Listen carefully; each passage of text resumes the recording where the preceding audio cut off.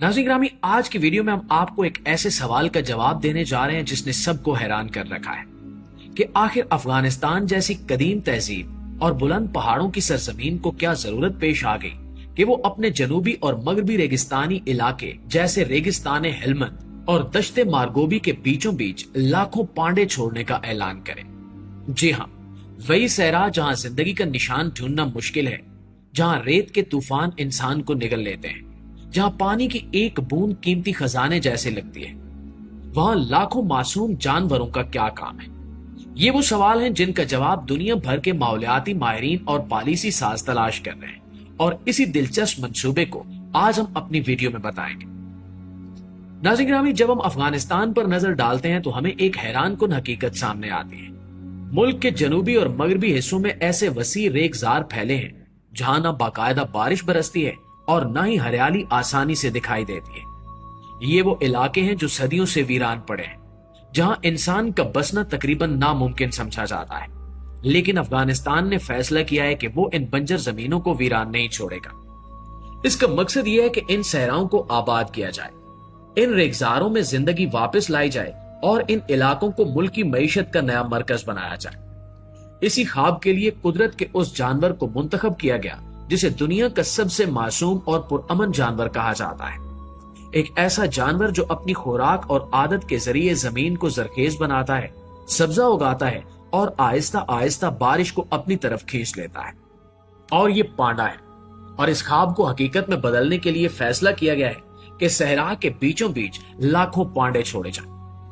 पांडे दरअसल अपनी खुराक और आदत के जरिए एक ऐसा कुदरती माहौल बनाते हैं जिससे जमीन आहिस्ता आहिस्ता जरखेज हो जाती है।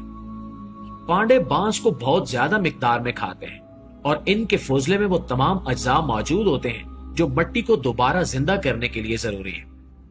ये फौजला आम खाद से कहीं ज्यादा मुअस्सर माना जाता है क्योंकि इसमें वो कुदरती अनासिर हैं जो खुश्क जमीन को नमी पकड़ने और जरखेजी हासिल करने में मदद देते हैं।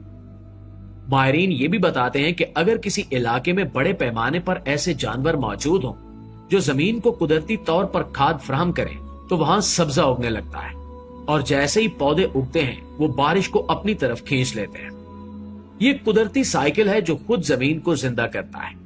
यानी पहले पांडे आएंगे, फिर इनके जरिए जमीन में खाद बनेगी, फिर वहां बांस और घास उगेगी और इसके बाद बड़े दरख्त और पौधे पैदा होंगे।